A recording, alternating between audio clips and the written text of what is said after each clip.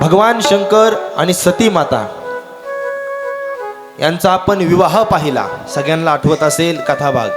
त्याच्यानंतर भगवान शंकर त्यांचा आराध्य दैवत प्रभू रामचंद्राची कथा श्रवण करण्याकरता मनमाडला अंकाई किल्ल्यावरती अगस्त्य ऋषींकडे गेले। येत असताना सती आई साहेबांना प्रभू रामचंद्राची परीक्षा घेतली। त्याच्यानंतर महादेवानं त्यांचा त्याग केला। त्याच्यानंतर ते त्यांच्या वडिलांकडे गेले, महादेवाला आमंत्रण नाही। दक्ष प्रजापतीचा यज्ञ आणि त्यानंतर दक्ष प्रजापती या ठिकाणी महादेवाच्या हाताने त्यांचा वध झाला। परत महादेवाने त्यांना पुनर्जीवन देऊन जिवंत केलं आणि तदनंतर त्याच यज्ञामध्ये सती आई साहेबांची ही आहुती या ठिकाणी जीवन या ठिकाणी संपलेलं होतं। आणि आजच्या कथेमध्ये आपण त्याच सती आई साहेब भगवान विष्णूकडे एक मागणी मागतात। काल आपण ती मागणी ऐकलेली आहे, तिथून कथा आपण आता सुरू करू। भगवान विष्णूकडे सती आई साहेबानं ते बंधू मानतात भगवान विष्णूला। आई साहेबानं मागणी मागितली की जन्मोजन्मी मला भगवान शंकर पतीच्याच रूपाने मिळाले पाहिजेत, अशी मागणी होती भगवान विष्णूकडं सती आई साहेबांची। म्हणून महादेवजी त्या ठिकाणी दक्ष प्रजापतीला पुनर्जीवन देऊन जिवंत करून कैलासावरती निघून जातात। महादेव बैरागी बनतात। बैरागी म्हणजे उदासीन, फक्त नामचिंतनामध्ये समाधीमध्ये लीन होतात महादेवजी। दाढी वाढते, जसं आपण एखादा माणूस जर उदास असेल तो कसा राहतो, दाढी वाढलेली, केस वाढलेले, जटा वाढलेले, हाताचे नख वाढलेले, का शरीराकडे त्याचं लक्ष नाही, उदास। आणि भगवंताच्या नामचिंतनामध्ये ज्या पद्धतीने एखादा साधू ऋषी जातो त्या पद्धतीने भगवान शंकर जातात। का तर पत्नी गेल्याचं दुःख हे देवाला सुद्धा होत असतं, लक्षात घ्या। का तर ते एक नातं असतं जीवनामध्ये। एक गोष्ट कायम लक्षात ठेवा, आयुष्यामध्ये जितके आई वडील महत्वाचे आहेत तेवढीच आपल्या सोबत असणारे पत्नी करता पती आणि पती करता पत्नी ही तितकीच महत्वाची आहे। जरी गाडीचं एक चाक जर मोडलं ना, ती गाडी चालू शकत नाही, लक्षपूर्वक ऐका। त्याच्यामुळं जीवनामध्ये पतीने पत्नीची मर्यादा सांभाळली पाहिजे आणि पतीने पत्नीची मर्यादा सांभाळलीच पाहिजे। या दोघांशिवाय जगामध्ये कुणी नाही। कधीतरी विचार करा, एखाद्या घरातली जर म्हातारा माणूस जर गेलं दोघातलं एक, तर काही ठराविक घरामध्ये राहिलेले एका माणसाचे लय हाल होतात बघा। घरातली माणसं त्या माणसाचा तिरस्कार करतात, त्यावेळेस त्या वयोवृद्ध माणसाला आपल्या जोडीदाराची आठवण येत असते। त्यांना माहिती आपल्याला आपला माणूस सोडून दुसरं कोणी नसतं, लक्षपूर्वक ऐका।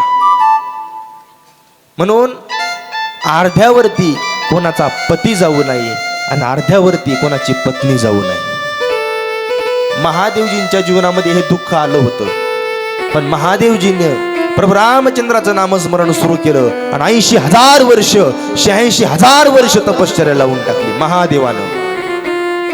पण झालं असं, ज्या वेळेस महादेव समाधीस्थ झाले आणि भगवंताचं नामचिंतन करू लागले, त्यावेळेस महादेवाचं एक खाते, कोणतं खाते, उत्पत्ती स्थिती आणि लय। 3 देवाकडे 3 काम मी तुम्हाला काल सांगितले। उत्पत्ती करणं ब्रह्मदेवाचं काम, स्थिती म्हणजे पालन पोषण करणं भगवान विष्णूचं काम, आणि लय प्रलय संपवण्याचं काम महादेवाचे। एखादा राक्षस उन्मत्त झाला तो कोणालाही मरत नाही, त्याच्याकडे असंख्य विद्या आहेत, शस्त्र आहेत, दिव्य शक्ती आहेत, मग त्याला संपवण्याचं काम फक्त महादेव करतात। का महादेवाच्या समोर कोणतीही शक्ती चालत नाही।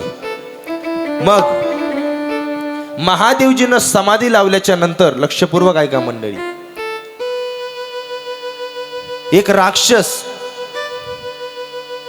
फार मातला होता। त्या राक्षसाला मारायचं कसं म्हणून सगळ्या देवांची मीटिंग सुरू झाली। मग त्यामध्ये असा निर्णय निघाला, ब्रह्मदेवाने असं सांगितलं, या राक्षसाचा वध होईल पण कुणाच्या हातानं, भगवान शंकराच्या पुत्राच्या हातानं होईल। मग सगळेजण चिंतित पडले किंवा भगवान शंकर तर समाधीस्थ आहेत, त्यांची पत्नी सती आई साहेब हा या जगामध्ये आज नाहीत, त्यांनी देह संपवला आहे. मग महादेवाचा लग्न मुलगा आणि मग या राक्षसाचा वध व्हायचा, तोपर्यंत आपल्याला या राक्षसाची गुलामगिरी करावी लागेल. त्याच्यासोबत युद्ध चालू होतं, पण त्याची शक्ती वाढत चालली होती. मग काय करायचं म्हणले, महादेवाच्या मुलाच्या हाताने जर याचा मृत्यू होत असेल तर महादेवाचं पहिलं लग्न झालं पाहिजे. पण याच काळामध्ये ज्या वेळेस सती माता भगवान विष्णूकडे ही मागणी मागितलं होती की मला जन्मोजन्मी महादेवच पती मिळावेत, त्यावेळेस मात्र त्या सती आई साहेबांचा पुढचा जन्म हा काही ठराविक दिवसाच्या नंतर एका राज्यामध्ये होतो. त्या राज्याचं नाव होतं, त्या राजाचं नाव होतं राजा हिमाचल आणि आईचं नाव होतं राणी मैनावती. राणी मैनावती आणि राजा हिमाचल यांच्या राज्यामध्ये यांच्या उगांच्या पोटी पार्वती आई साहेबांचा जन्म होतो. बोलिये नमः पार्वती पते शिव हर हर हर हर महादेव. पार्वती आई साहेबांचा जन्म होतो. हळूहळू हळूहळू हळूहळू पार्वती आई साहेब मोठ्या होतात आणि लहान लेकराचं गुण कौतुक आई वडील करत असतात. पार्वती आई साहेब लहान होत्या, हळूहळू हळूहळू त्या मोठ्या झाल्या. राजाला आनंद वाटत होता की आता आमची पार्वती मोठी झाली, कारण हिमाचल राजा, हिमाचल आणि मैनावती या पर्वताच्या पोटी पार्वतीचा जन्म आहे, म्हणून तिचं नाव पार्वती. हिमाचल पर्वत आहे. आणि मग काही दिवसानंतर पार्वती आई साहेब थोड्या मोठ्या झाल्या. 12, 13, 14, 15 वर्षाचा कालखंड असेल. बोलाय चांगलं येत होतं, सगळं समजत होतं. जगत जननी भवानी माता होती ती. आणि मग काही दिवसानंतर एका साधूचं, एका संताचं आगमन हिमालयाच्या राज्यामध्ये होतं. आणि त्या हिमालयाच्या राज्यामध्ये जे साधू आले, जे संत आले, त्यांचं नाव होतं नारद मुनी. काय नाव होतं? नारद मुनी. नारद मुनी असे होते की मी काल परवा दिवशी पण सांगितलं, त्यांना सगळ्या जगामध्ये 3 लोकांमध्ये मान होता. स्वर्ग, मृत्यू, पाताळ.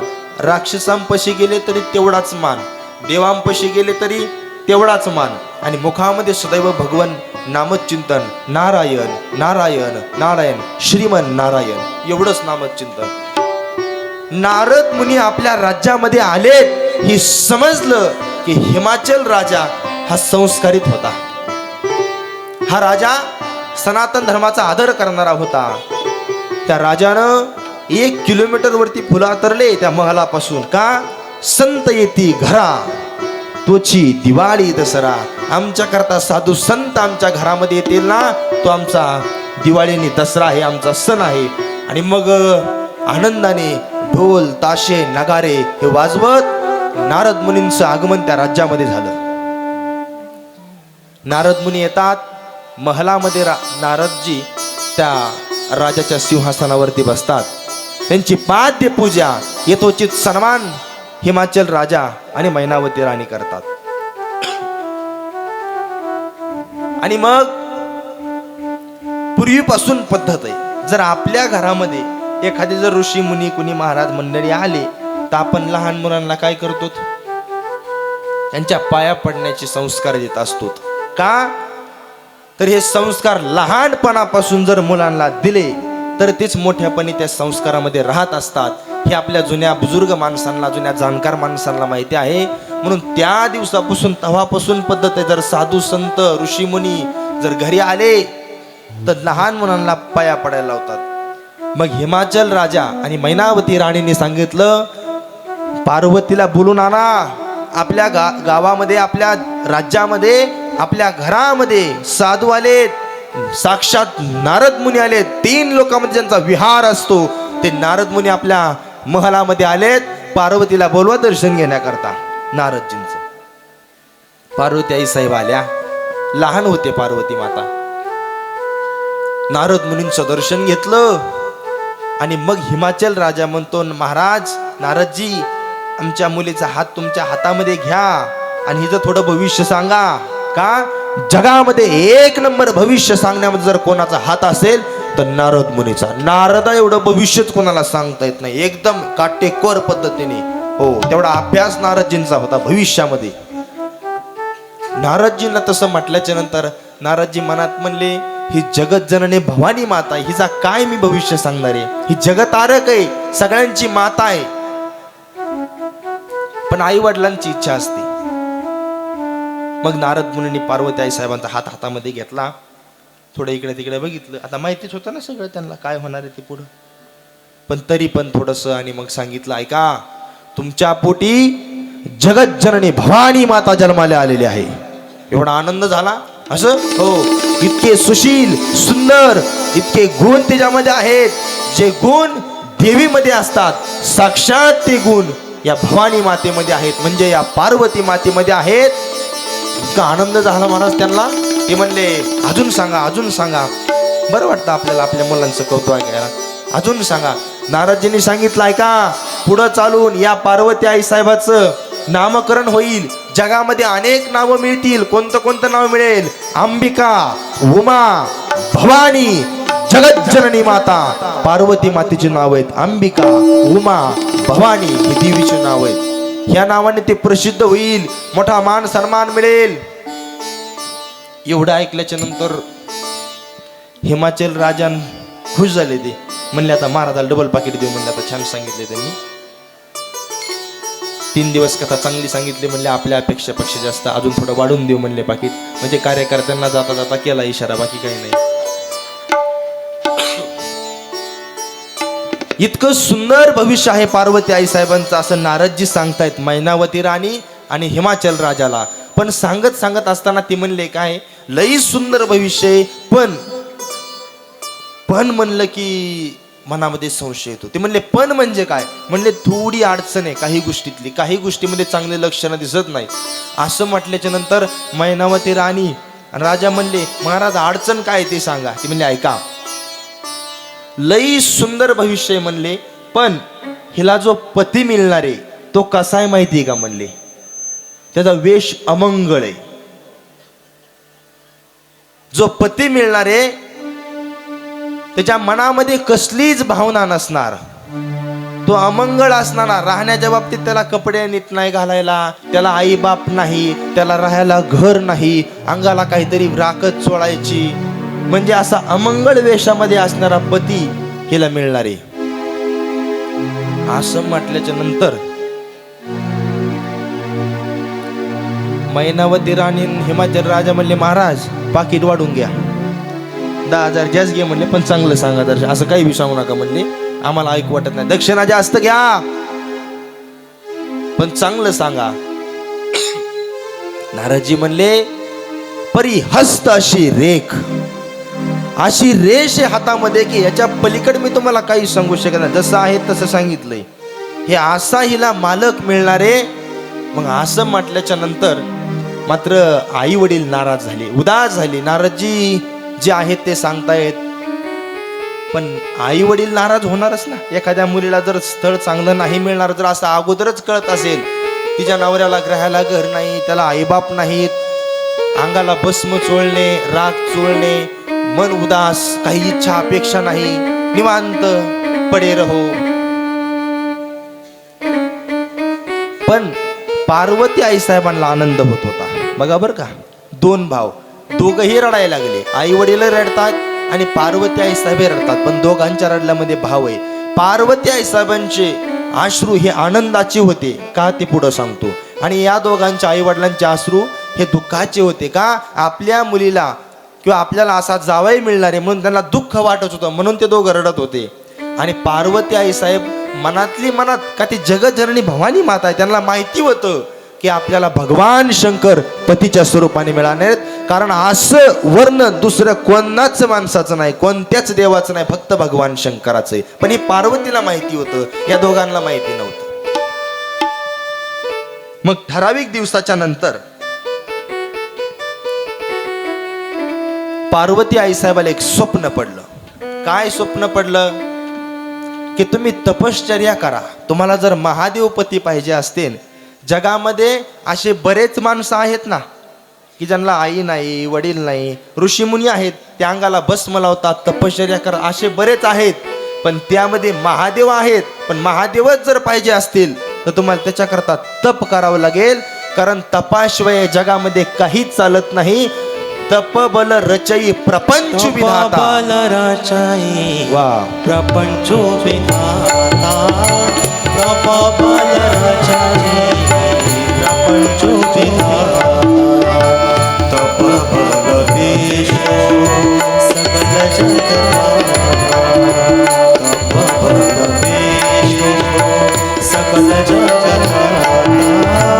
तप बल रचई प्रपंच विधाता. तप बल रचई प्रपंच विधाता. तप बल रचई प्रपंच विधाता. तप बल शंभो हरि सहारा. तप बल शंभो हरि सहारा. तप बल शेष हरि मणिहारा. तप बल शेष हरि मणिहारा. तप बल रचई प्रपंच विधाता. तप बल रचई प्रपंच विधाता.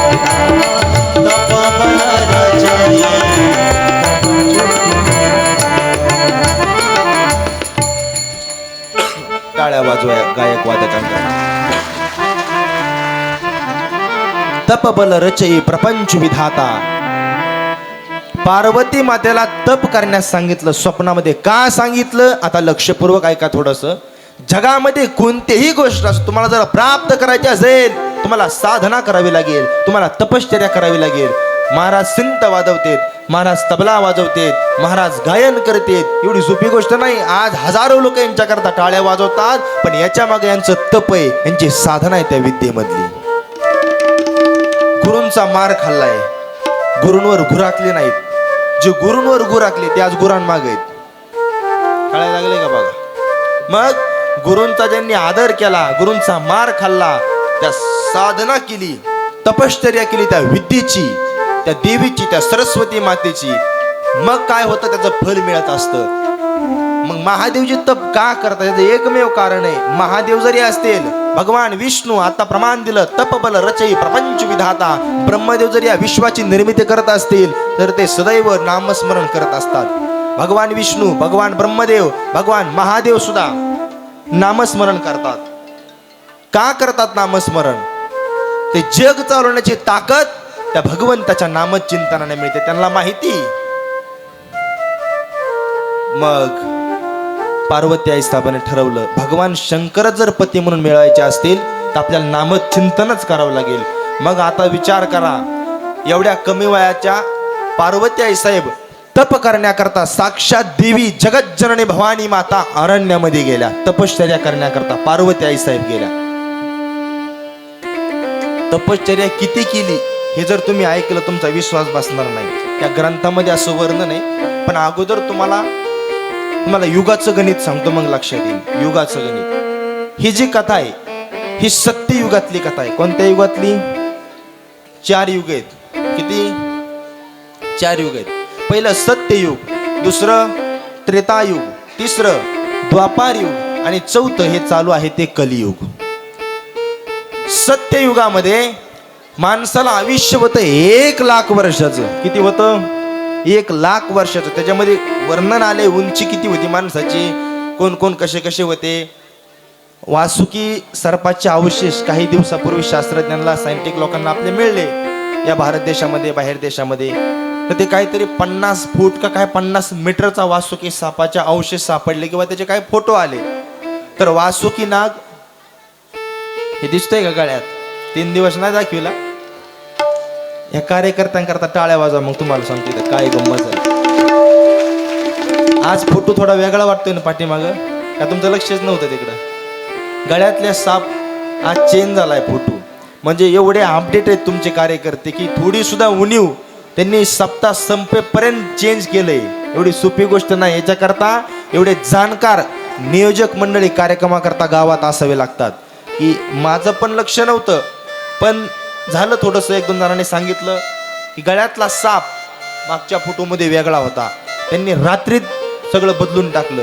आता रात्रीत जर मंत्रिमंडळ बदलत असेल तर हे बॅनर किती किरकोळ गोष्ट आहे. अतिशय आनंद वाटला मला. आल्याबरोबर सांगितलं, महाराज तुम्ही काल सांगितलं, आम्ही ते लगेच चेंज केला बॅनर. ती ह्यांची चुकी नव्हती, ज्याच्याकडून प्रिंट करून आणले त्या प्रिंटिंगमध्ये गडबडीत तो फोटो पडला आणि तो असा आला. असो, आता गळ्यातला जो साप आहे त्याचा असे अंशेष मिळाले की 50 मीटर का 50 फूट मोठा होता. मग त्याच्याहून त्यांनी गणित लावलं की महादेवजी किती मोठे असते. जर साप एवढा मोठा असेल तर मग त्या सापाला गळ्यात घेणारे महादेवाचा गळा किती मोठा असेल. ज्या माणसाच्या गळ्याची साईज तेवढी असेल मग त्या माणसाचं शरीर किती मोठं असेल. मग याच्याहून अंदाज लावायचा. सत्ययुगामध्ये माणसाला आयुष्य होतं 1,00,000 वर्षाचं ग्रंथामध्ये वर्णन आलेलं आहे. नंतर दुसरं युग कोणतं? त्रेतायुग. त्रेतायुग म्हणजे प्रभू रामचंद्राचं युग. त्या त्रेतायुगामध्ये पहिल्या युगातले 1,00,000 वर्षातला 1 शून्य खुडून टाकला, खाली किती राहिले? 10,000 वर्ष. मग त्रेतायुगामध्ये म्हणजे प्रभू रामचंद्राच्या काळामध्ये माणसाला आयुष्य होतं 10,000 वर्षाचं.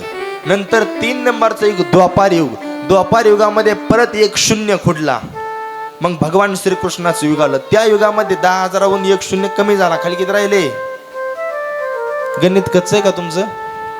1 शून्य गेला, खाली किती राहिले? 1,000. आणि द्वापार युगाच्या नंतर आता हे 5,500 वर्ष झाले आपल्या कलियुगाला सुरुवात होऊन. 5,500 त्याच्यातले 750 वर्षापूर्वी ज्ञानोबराय होते. 450 वर्षापूर्वी 395 वर्ष छत्रपती शिवाजी महाराज होते. मग 5,500 वर्षापूर्वी कलियुग सुरू झालं. या कलियुगामध्ये परत 1 शून्य खुडला. 1,000हून 1 शून्य कमी झाला, खाली किती राहिले? 100. म्हणून आपल्याला आता 100 वर्षाचा आयुष्य. आता फक्त देवाला एकच विनंती, अजून 1 शून्य फक्त कमी करू नका. राहिलेल्या 10 वर्षात काय काय करायचं आणि कसं कसं करायचं. नमः पार्वती शिव हर हर हर महादेव. असो, कलियुगामध्ये 100 वर्षाचा आयुष्य. पण ही कथा 4थ्या युगातली, पहिल्या युगातली, सत्ययुगातली. सत्ययुगामध्ये माणसाला आयुष्य होतं 1,00,000 वर्षाचं. मग पार्वती आई असं ग्रंथात वर्णन आहे, अतिशोक्तीमध्ये तुम्ही घेऊ नका. फक्त 1000 वर्ष पार्वती आई साहेबानं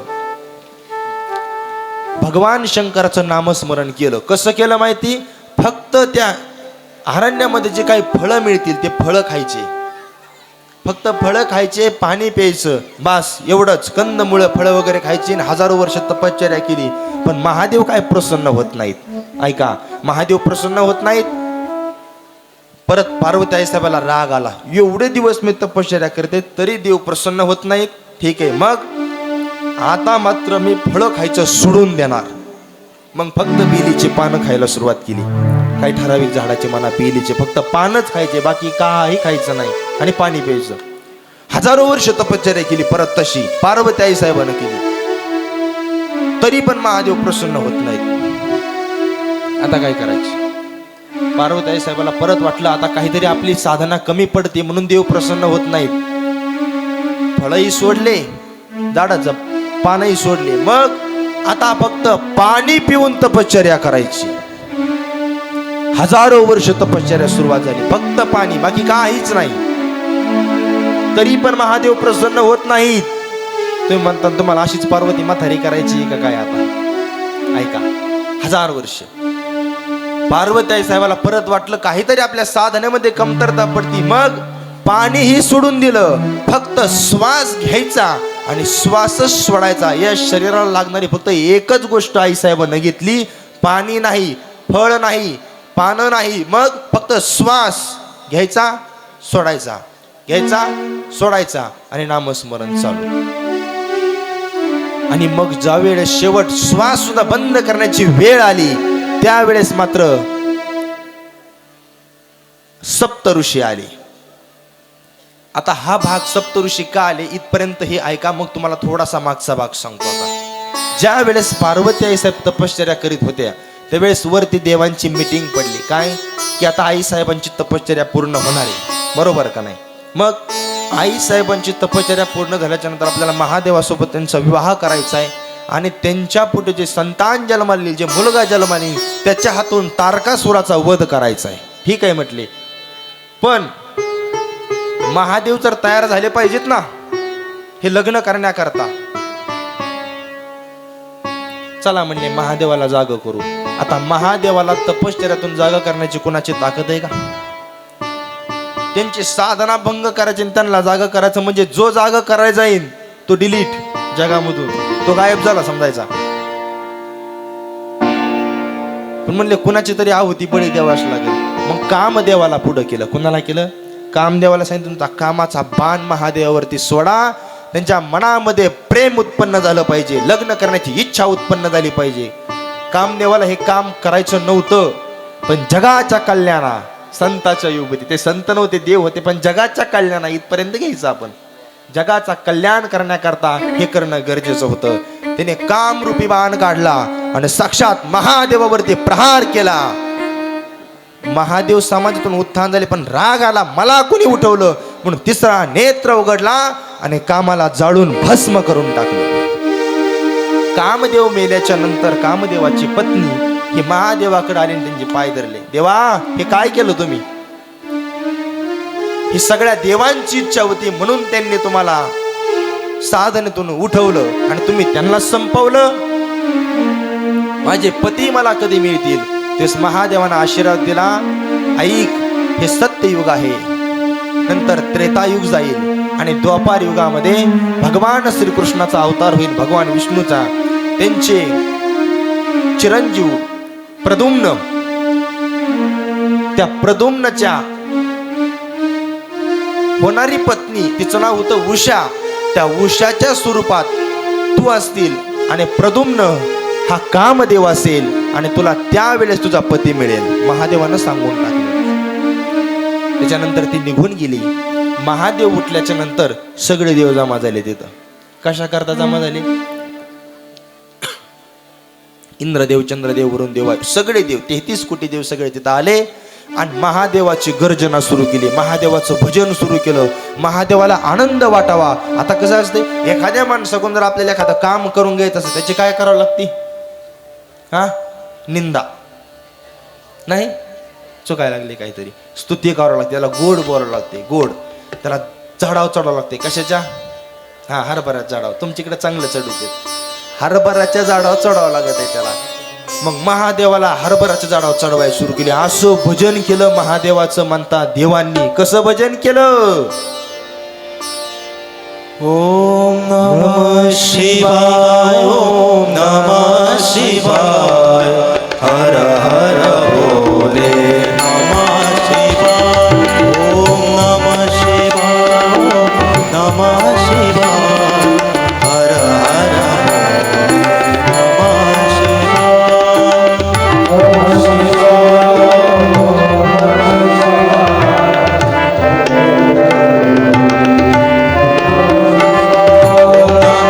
शिवाय, ओम नमः शिवाय, हर हर बोले नमः शिवाय, ओम नमः शिवाय, ओम नमः शिवाय, हर हर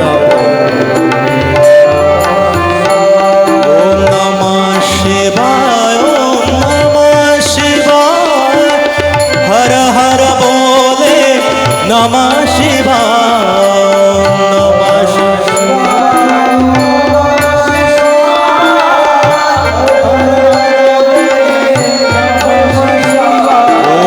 नमः शिवाय, ओम नमः शिवाय, हर हर बोले नमः शिवाय, नमः शिवाय, नमः शिवाय, हर हर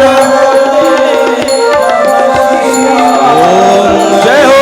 एक साथ नमः शिवाय, हर हर बोले नमः शिवाय, ओम नमः शिवाय, ओम नमः शिवाय, हर हर बोले एक साथ, एक साथ, नमः एक शिवाय, दोन, एक नमः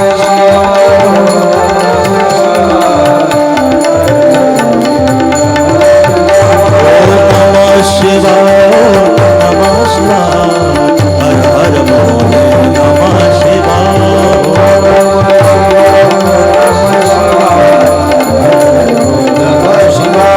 नमः शिवाय, ओम नमः शिवाय, हर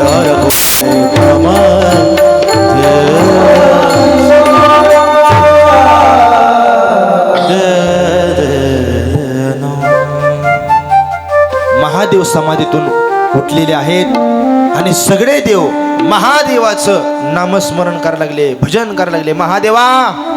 मग आता कसं असतं, महादेवाला राग आलेला होता. ते भजन केल्यामुळं, महादेवाची स्तुती केल्यामुळं तो राग थोडा कुठंतरी शांत झाला. आणि मग महादेवाने सांगितलं,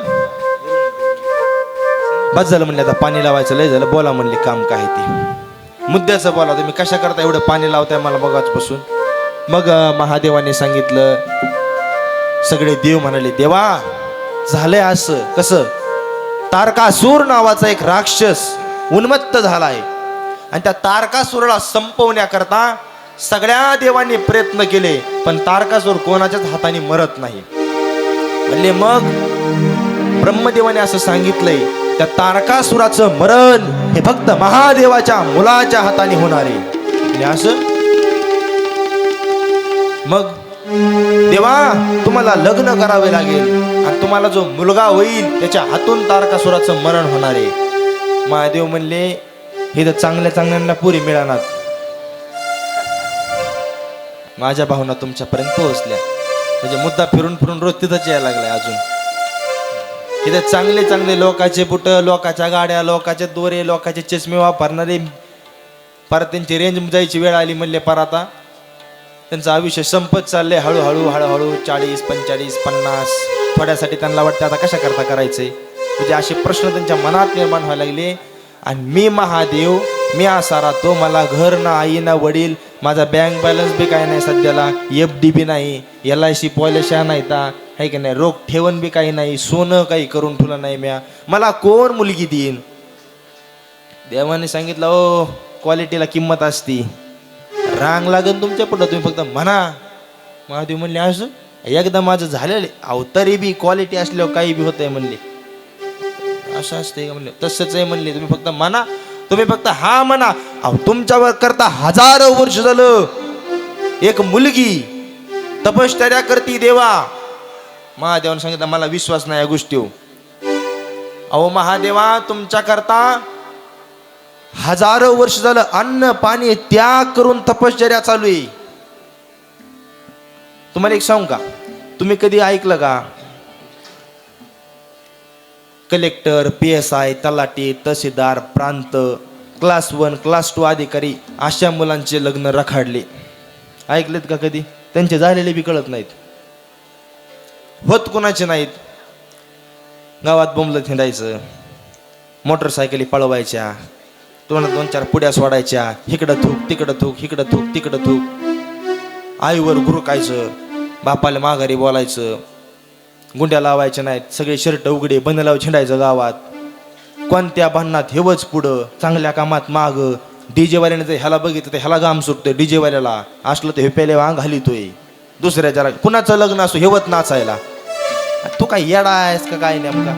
तुला काय स्वाभिमान, क्रेज, इज्जत काय हाय का नाही थोडंफार? काय कोणाच्या लग्नात काय काय ठराविक लोक आहेत, लग्न कोणाचं असू हजर नाचायला, असल्याला नाहीत मिळत पुरी. महादेवाने सांगितलं, मला कोण देईन देवा, तुम्ही फक्त हा म्हणा. महादेव म्हणले, थांबा मला अगोदर पुरगी दाखवा. काय झालं एकदा आला म्हणून सांगतो उदाहरण.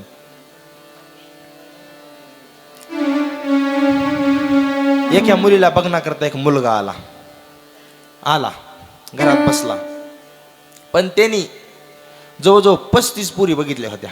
आणि 35 पुरी बघून तो नावच ठेवायचा, काळीच आहे गोरीच आहे, नागच लांब आहे उंचीलाच कमी, अशीच आहे. करता करता 35 पुरी बघितल्या, मला भेटला.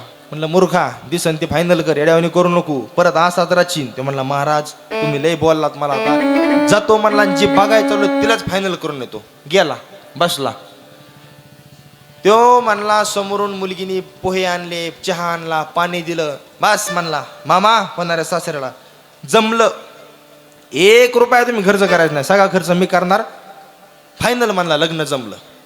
बाप गेला ना त्याच्या आईकडं, रडायच लागला जाऊन मुलीच्या आईकडं. काय तुझी कुस पवित्र आहे म्हणला. कसलं पुण्य केलं तर म्हणला तो नेमकं. काय झालं काय झालं?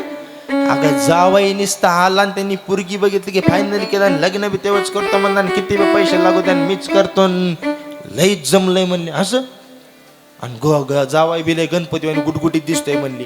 आई म्हणली सगळं ठीक आहे, माझी कुस पवित्र आहे, जावाईला चांगला भेटलाय म्हणता तुम्ही, पहिल्याच वेळेस मुलीला पसंत केलंय, पण जावाई कोणता आहे मला पहिला दाखवा.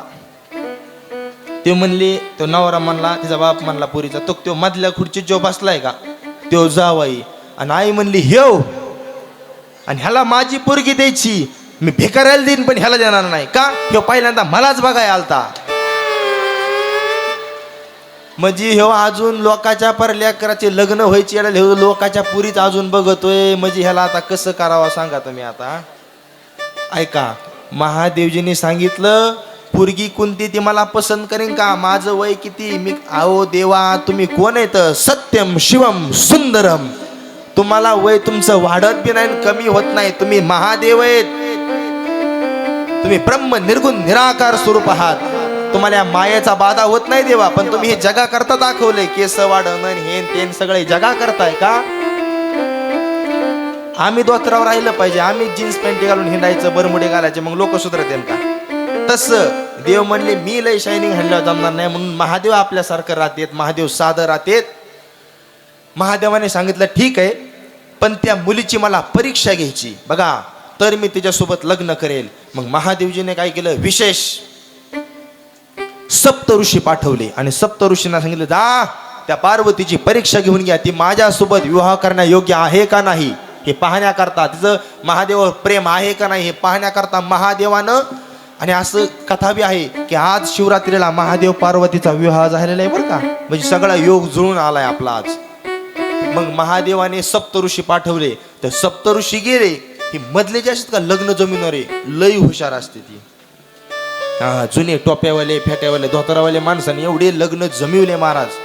हा लई लई लई खऱ्याचं खोटं खोट्याचं खरं, परत मार खायची आली तोंड सुद्धा दाखवत नाहीत, पण ह्यांनी लग्न जमिवले. मात्र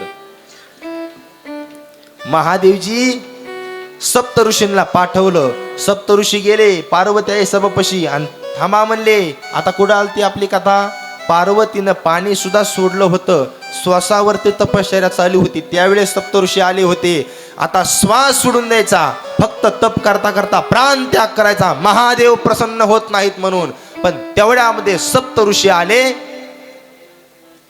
आणि मग त्यांनी सांगितलं ए मुली थांब, कोणाकरता तपश्चर्या करती, अरे जीव जाण्याची वेळ आली तुझी, कोणाकरता करती. पार्वती आई साहेबांनी सांगितलं मी फक्त महादेवाकरता तपश्चर्या करते, मला पती म्हणून महादेव पाहिजेत. त्यांनी सांगितलं वेडीस का काय तू, त्या महादेवाकरता, अरे काय त्या महादेवाकड, अरे ह्याला घर नाही, त्याला साधं, त्याला आई वडील नाहीत. ही परीक्षा चालली बरं काही परीक्षा चालली, मनात प्रेम आहे की नाही पाहायचं होतं, महादेवाने पाठवलं होतं. आता महादेवाच्या नादी लागू नकोस. मग अरे भगवान विष्णूची तपश्चर्या कर, भगवान विष्णू सोबत लग्न कर, राणी म्हणून राशील वैकुंठामध्ये, सुवर्ण नगरी आहे वैकुंठ नगरी, त्या वैकुंठाची मालकीन होशील. एवढा राग आला पार्वती आई साहेबाला. पार्वती साहेब सांगितलं उठा, म्हाताऱ्यांनो तुम्ही उठा आता म्हणले, तुम्ही फक्त वयस्कर आहे म्हणून तुमची इज्जत ठेवते, किंमत करते. आता जर परत एक शब्द जर तुम्ही महादेवाच्या विरोधात बोलले, माझ्या मुखातून तुमची अवहेलना होईल, तुम्हाला काहीतरी वाईट शब्द ऐकायला मिळतील. आताच्या आता चाल तेव्हा इथून महादेवाच्या विरोधात एकही शब्द मी ऐकू शकत नाही. मी मरण, तपश्चर्या करत करत मी मरण, परत जन्म घेईन, परत मरण, परत जन्म घेईन, परत मरण, परत जन्म घेईन, परत तपश्चर्याच करत राहीन, पण लग्न करीन तर फक्त महादेवाशी करेल. सप्त ऋषींनी त्या पार्वती आई साहेबाकडे पाहिलं, हसले आणि तेवढ्यात आकाशवाणी झाली, पार्वती तपश्चर्या करायचं बंद कर, देवाधिदेव महादेव तुझ्या तपश्चर्येवरती खुश आहेत आणि महादेव तुला प्रसन्न आहेत, अशी आकाशवाणी झाली. आणि मग सप्त ऋषींनी सांगितलं की माते तुम्ही जगत जननी भवानी माता आहात, मी तुमची काय परीक्षा घेणार, पण ही महादेवाची इच्छा होती की महादेवाने आम्हाला पाठवलं की जा त्या पार्वतीची परीक्षा घेऊन या, म्हणून आम्ही तुम्हाला महादेवाच्या विरोधात काही बोललो. महादेवाच्या विरोधात बोलण्याची हिंमत आमची नाही. तुम्ही महादेवा करताच जन्म घेतलेला आहे आणि महादेव सुद्धा तुमच्या करताच आहेत. एकमेव महादेवाचं आणि तुमचंच या ठिकाणी विवाह होणार आहे अशी आकाशवाणी झाली. आणि आता आमची विनंती आहे आई साहेब, तुम्ही आता तपश्चर्या बंद करा आणि तुमच्या नगरामध्ये जा. मग काय करा, तुम्ही नगरामध्ये जाऊन तयारी करा, आम्ही महादेवाची वरात घेऊन येतो. आणि मग महादेवाची क्या बात आहे.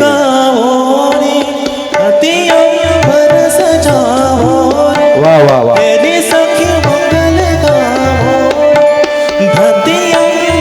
महादेवाचं लग्न कसं झालं आणि कसं समाज, महादेवाची सवारी आली. धरती, अंबर, स्वर्ग, मृत्यू सगळे लोक, सगळे देवी देवता आनंद करू लागले. वा वा वा वा प्रसाद महाराज.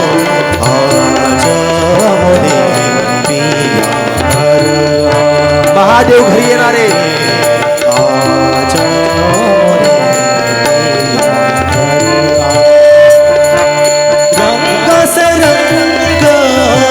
क्या बात है. एक साथ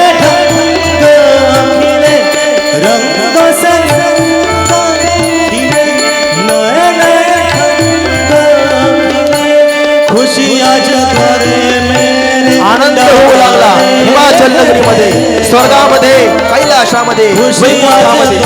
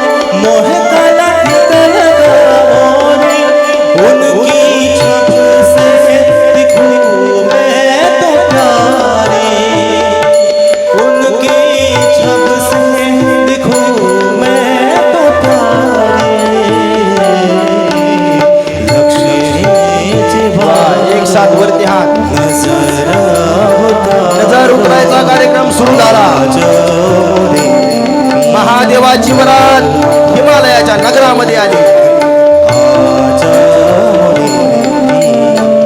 सखी सांगतायत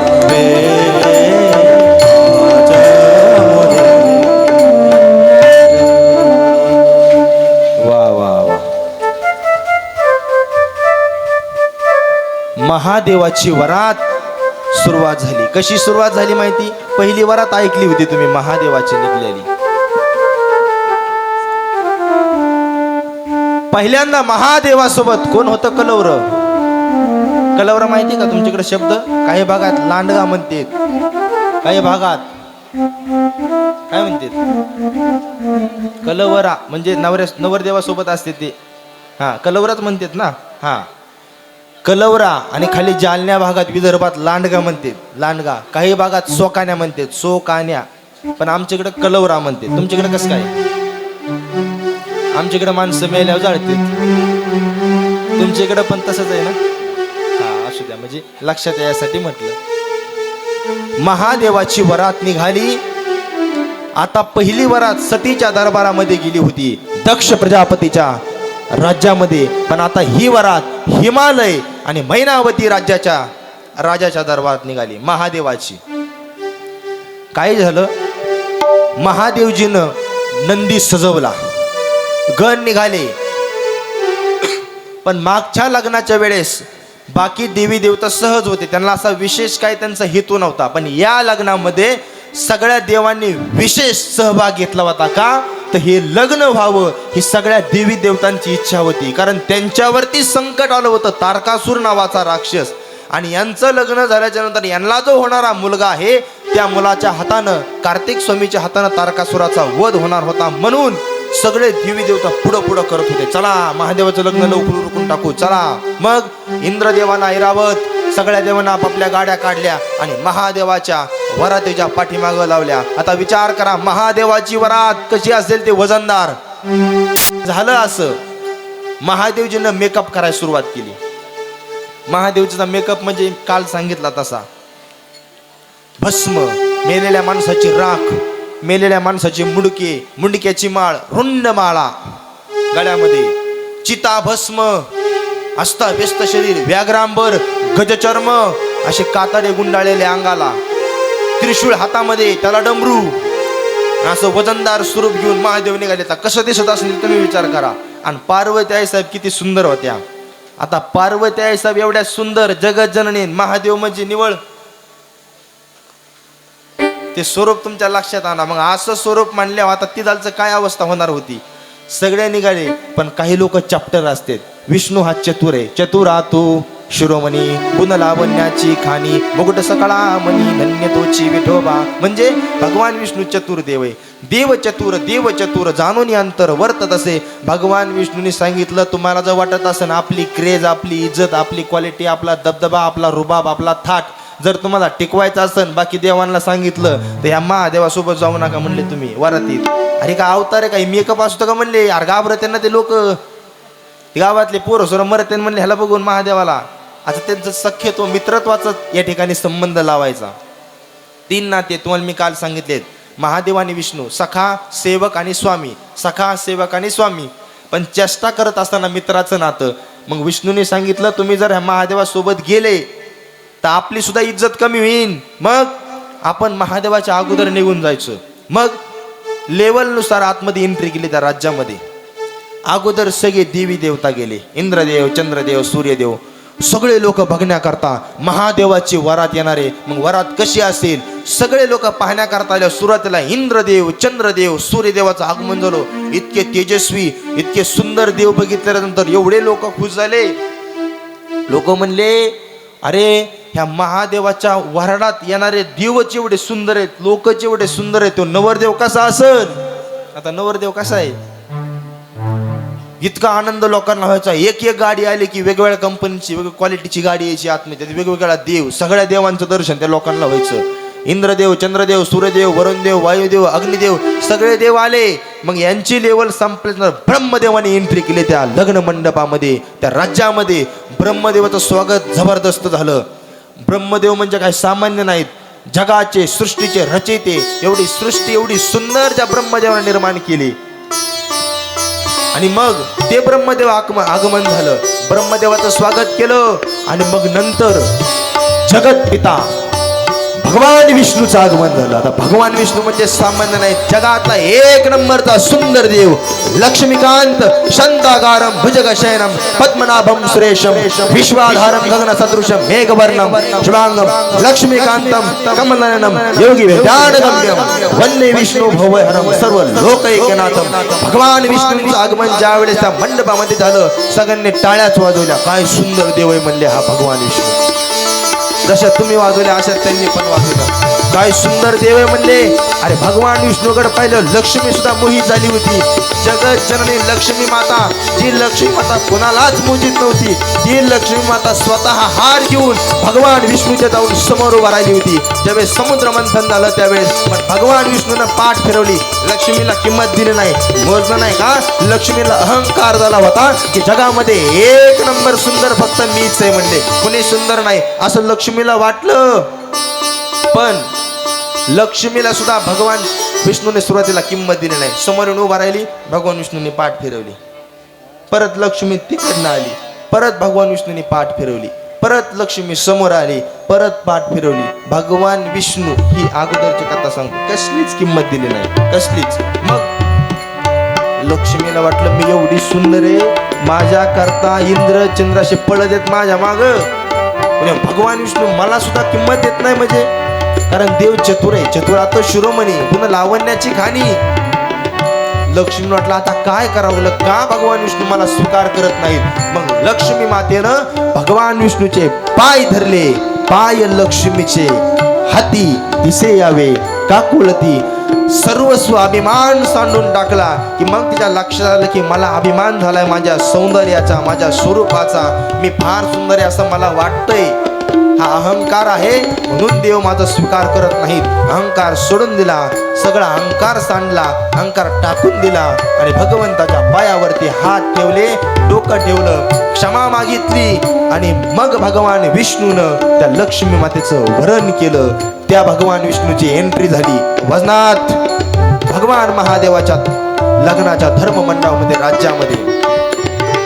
आता एका माणसाला नवरदेव पाहण्याची इच्छा व्हायची. त्यांना असं वाटायचं की हेच नवरदेव आहे काय की, पण परत लोक म्हणायचे नाही नाही नाही नाही, अजून नवरदेव पाठीमागे, अजून नवरदेव पाठीमागे.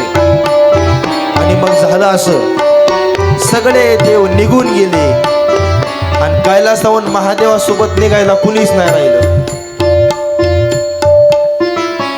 महादेवासोबत वरातीमध्ये एक बी देव नाही राहिला, एक सुद्धा, एकटेच महादेव, हातात त्रिशूळ, माग नंदी आपला गंगाळांग नांगाळांग गंगाळांग नांगाळांग. आणि नारद मुनी नारायण नारायण नारायण नारायण नारायण. अरे कुणीच नाही नारायण नारायण. अरे लग्न आपलंच आहे का लोकांचं आहे नारायण नारायण? लग्न महादेवा तुमचंच आहे का नेमकं नारायण नारायण? काय मिळेल नेमका, का कुणी येत नाही? महादेवाच्या लक्षात आलं की ही शाळा विष्णूने केली.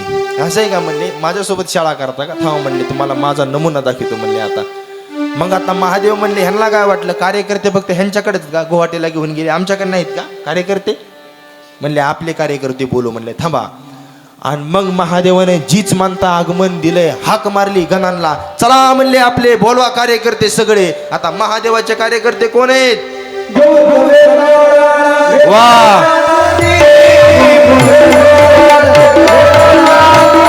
एक साथ वेताळनाचा ती भूत वेताळ, वेताळनाचा ती हर्ष भूत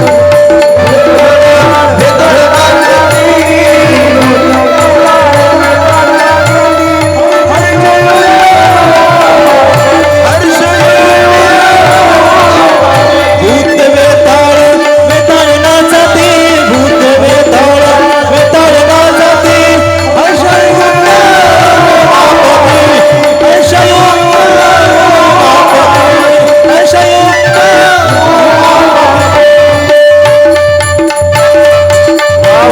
क्या बात है प्रसाद महाराज, अब जरा आवाज दो.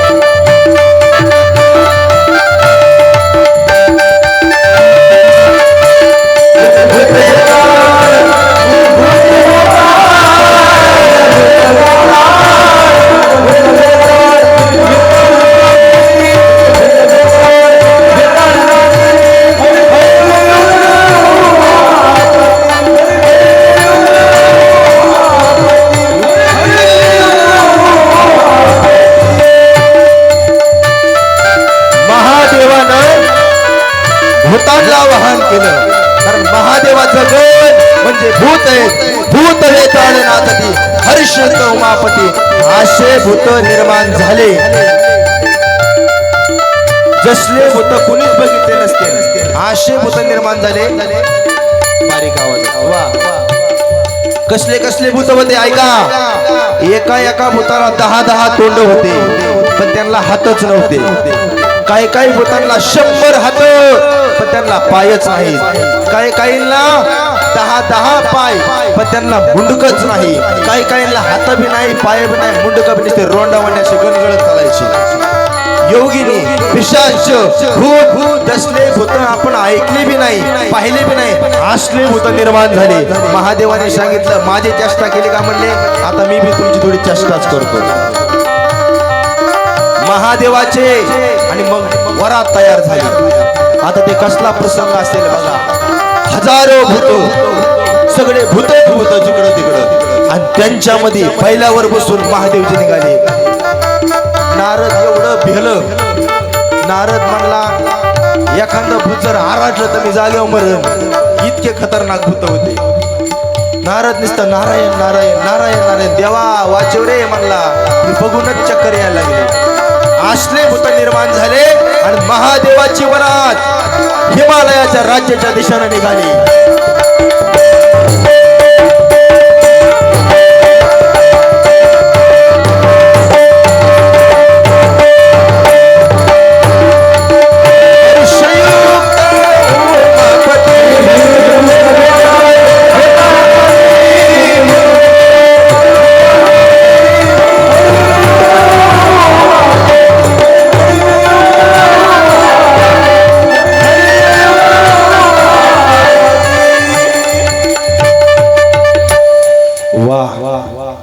भूते वेताळे.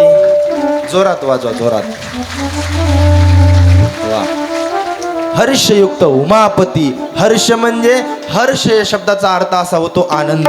हर्ष म्हणजे आनंद आणि युक्त म्हणजे आनंदित झाले. उमापती. उमा म्हणजे महादेव, पती उमा म्हणजे पार्वती, पती म्हणजे महादेव. उमेचा पती महादेव हर्षयुक्त झाले. कशाने झाले? भूते वेताळे नाचती. ज्यावेळेस भूतेने वेताळे नाचायला लागले तो महादेवला एवढा आनंद झाला आणि चला म्हणले आता बघू म्हणले कोण आपली वरात घेऊन कोण आपल्या स्वागतासाठी तयार आहे. आणि ज्या वेळेस ते महादेवाचं रणसंग्राम सगळे भूतन ते फुफटात उडवत आले. ते भूतच होते, ते काय माणसं थोडीच होते तेव्हा.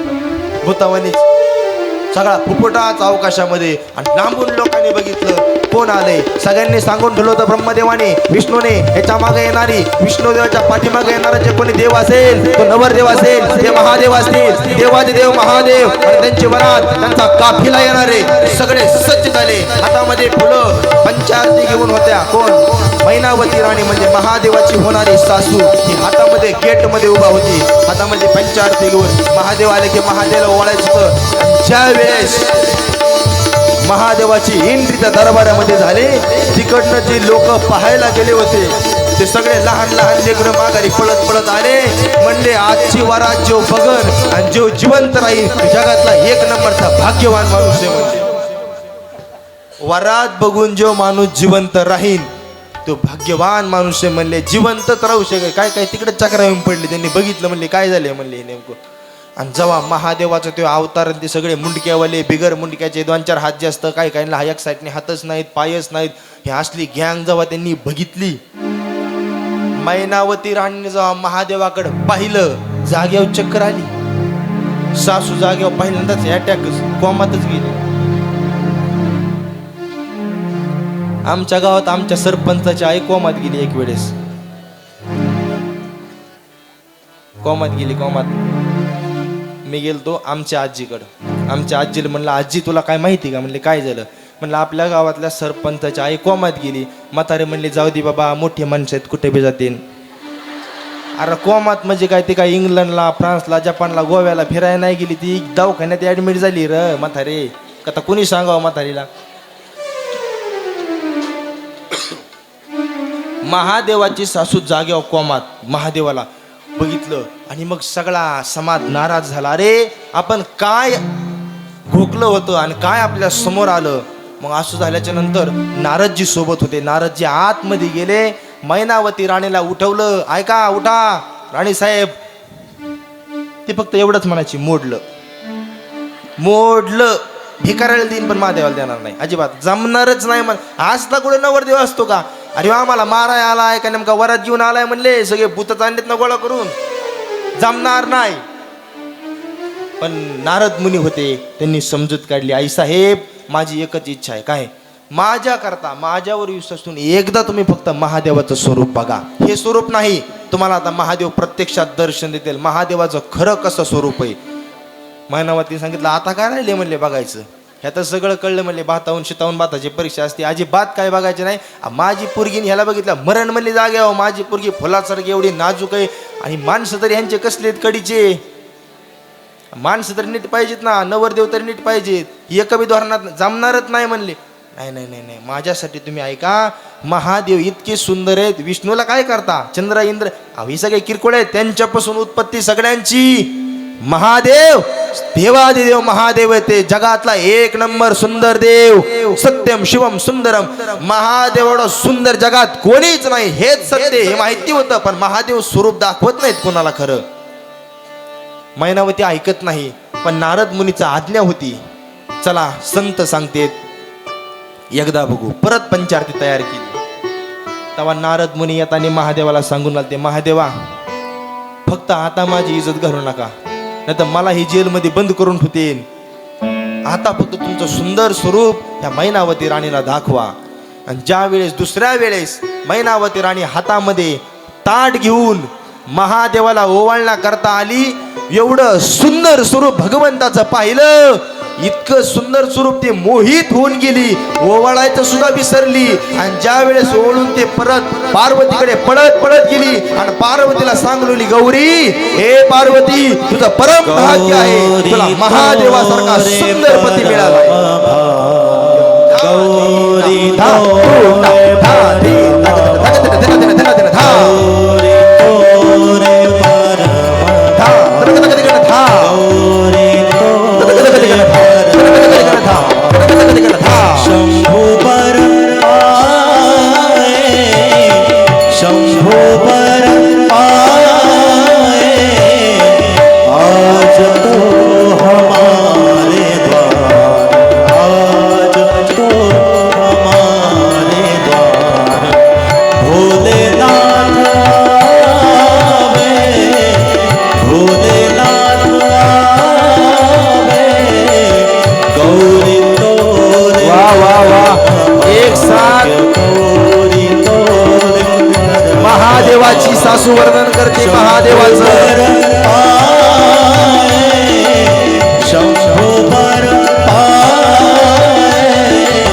टाळी जोरात हमारे द्वार आज तो हमारे द्वार आज तो ज्या वेळेस मैनावती राणीनं महादेवाला ओवाळलं दुसऱ्या वेळेस आणि तिने महादेवाचं सुंदर स्वरूप पाहिलं सत्यम शिवम सुंदरम मैनावती राणी इतकीच खुश झाली एवढी खुश झाली तिने पंचारतीचं ताट खाली ठेवलं आणि पळत पळत पळत पार्वतीकडे गेली गौरी पार्वतीचे नाव आहेत गौरी उमा अंबिका भवानी पार्वती ए गौरी तुझं परम भाग्य काय तुला शंभू महादेवासारखा पती मिळालाय एवढे सुंदर आपलं भाग्य ते महादेव आपल्या द्वारामध्ये आले बोला गौरी